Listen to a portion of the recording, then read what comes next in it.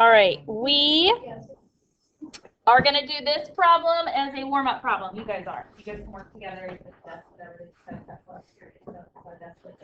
All right, so this problem is very similar to the last one we did yesterday, where you had to find the proportion and do the hypothesis testing with the proportion. So if you have your notes from yesterday, you want to pull it out. And so your work together, and then we'll put it up on the board. We'll talk about it. And then we're going to do a couple little things with the graphing calculator today also. Show you how to get a p-value, probability value for proportion also. This one, if you rounded your p-hat value too much, too far, it will change the answer at the end. Your p-hat, when you divide your x divided by n, number of successes divided by sample size, you get 3 decimal places, 0.527. If you use 0.53, you're going to have a different answer than me because you rounded it a little far. So I would say 3 decimal places is probably like a good standard to use for these if you're not sure. But in Math Excel, be specific. You know, it'll say round your value to so many decimal places. But you guys should have a P of 0.51, and then its complement, Q, would then be 0.49. And the claim is that our proportion is equal to 51%, and the alternative is that it's not equal to 51% because it's not equal to in the alternative. It's a two-tailed test. Our level of significance is a 0.1, and then if you look at your Z chart, level of significance 0.1, two-tailed test, you're going to see plus and minus 1.645, which I drew are the rejection regions there. Then again, p-hat is the number that agreed to the question divided by your total, 0.527, and is 2202. Remember that you want to be checking these quick little values, n times p and n times q. You can just type that in the calculator and double check that both of those are greater than or equal to 5 was the initial conditions. For the other testing, the Z and the T that we did before, it had to be sample size bigger than 30 or normally distributed. This is how we check that it's normally distributed for these. We do n times p and n times q and just make sure it's greater than or equal to 5 for both of them, which it is.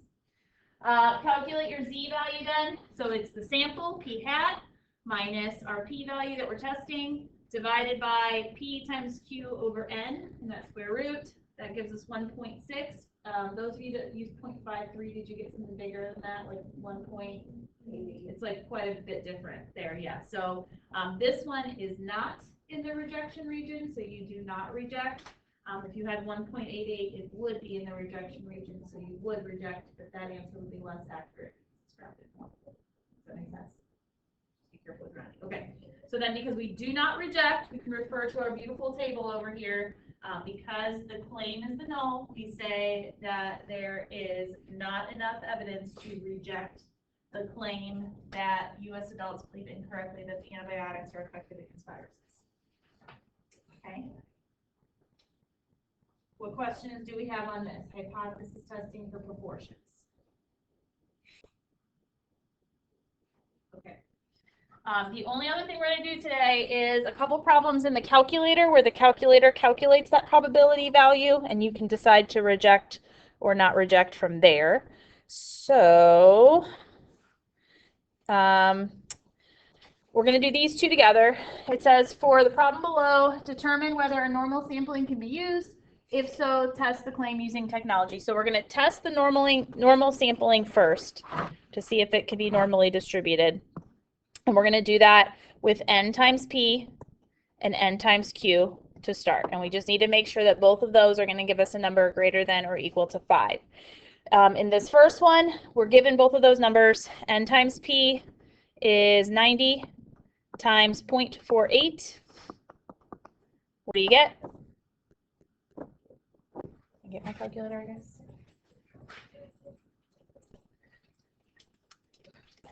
43.2. Good. And n times q, what's q? If p is 0.48, 0.52. Multiply them together. I get 46.8. Both of them are greater than or equal to 5. It can be represented with the normal sampling. Okay.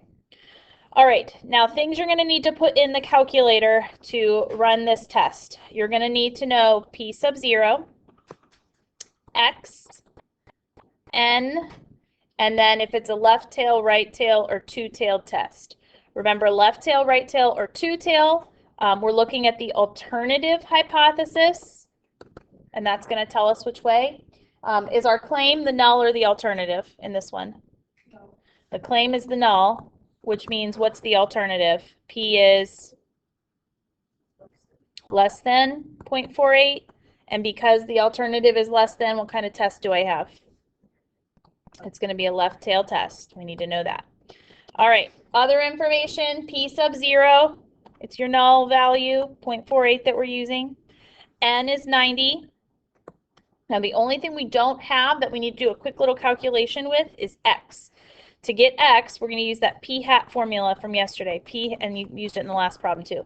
P hat, our sample proportion is X over N. And we know P hat, it's 40. And we know N, it's 90. So you get this cute little proportion. How do I solve for X? 90 times 40, and I'm going to get, or 0.40, 40%, I'm going to get 36 is my N.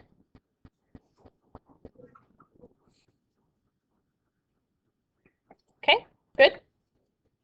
All right, in your calculator now, let's type it all in. So we're going to go to Stat. We're going to go over to Tests. We've done this before. Z-test and T-test is what we used in section 7.2 and 7.3. This one we're going to be using option number 5, 1 proportion Z-test is what that stands for. So number 5. And you're going to enter this information. So P is 0.48, X is 36, N is 90, and then if it's a left tail test, you choose the less than option, the one in the middle here. And calculate. And we are looking for the p-value that it gives us here. So that p-value is not a proportion, it's the probability that we're looking for. So you guys should have 0.064. Does everybody see that number? Yes? Okay. So we're comparing the p that our calculator gives us, 0.064, to our alpha, our level of significance, which here was 0.08. Greater than or less than? It is less than. So do you remember if that means reject or do not reject? We would reject if it's less than the null.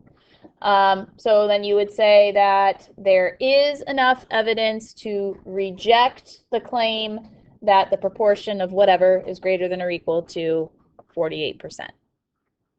Okay. Let's try the next one. First thing I'm going to check. NP and NQ. Ooh, come on. All right. N times P. N is 40. P is 0.12. Multiply them together. I get 4.8. Uh-oh. Right? What's wrong with that? It's less than 5. So this cannot be represented with a normal sampling. So pretty much can't do it. Okay. I tried it in first period. I calculated all the numbers and plugged in the calculator. The calculator does not give you an error. It'll actually give you something. So you need to make sure that you're checking this information ahead of time before you type anything in. All right, the last problem on your packet or page is yours to try with the calculator.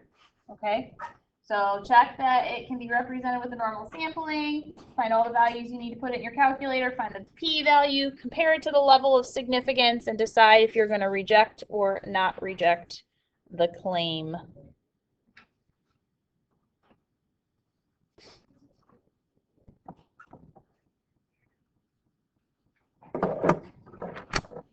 All right, n times p and n times q are both greater than or equal to 5.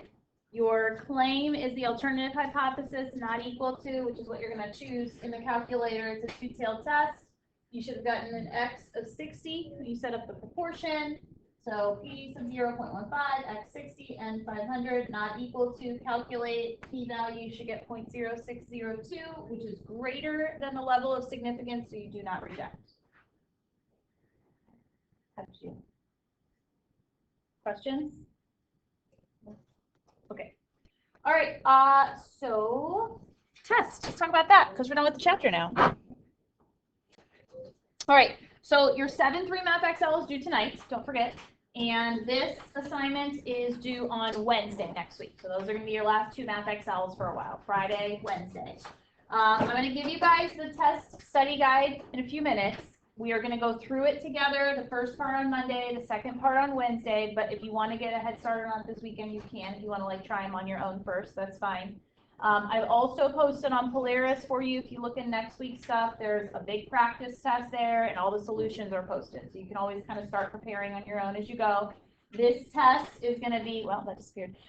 This test is going to be basic calculator only for both parts, but you're going to be given all your formulas and your charts like you have been in the past. Okay, so basic calculator only, but formulas and charts will be provided to you. I also have for you a bonus worksheet, which is just like a little extra practice with confidence intervals and hypothesis testing. If you want to complete that, that is due on Thursday next week, and it's going to be, I can't remember what I put online. It's either 2 or 3 bonus tickets on part 2 of your test. So part 1 of the test is all the chapter 5, 6 stuff, which was like confidence intervals and z-scores, and then part 2 of your test is all this hypothesis testing stuff you're going to see all in one day. And you'll see when you get your study set guide, it's separated like that for you already, so you know what's going to be on each part. Okay, questions on any of that information? And then when do you need your 50 temperatures by? When you walk into this classroom on Friday, they all need to be ready to roll out, okay? All right, so, oh, we're back. Okay, good. Let me get all that stuff passed out to you.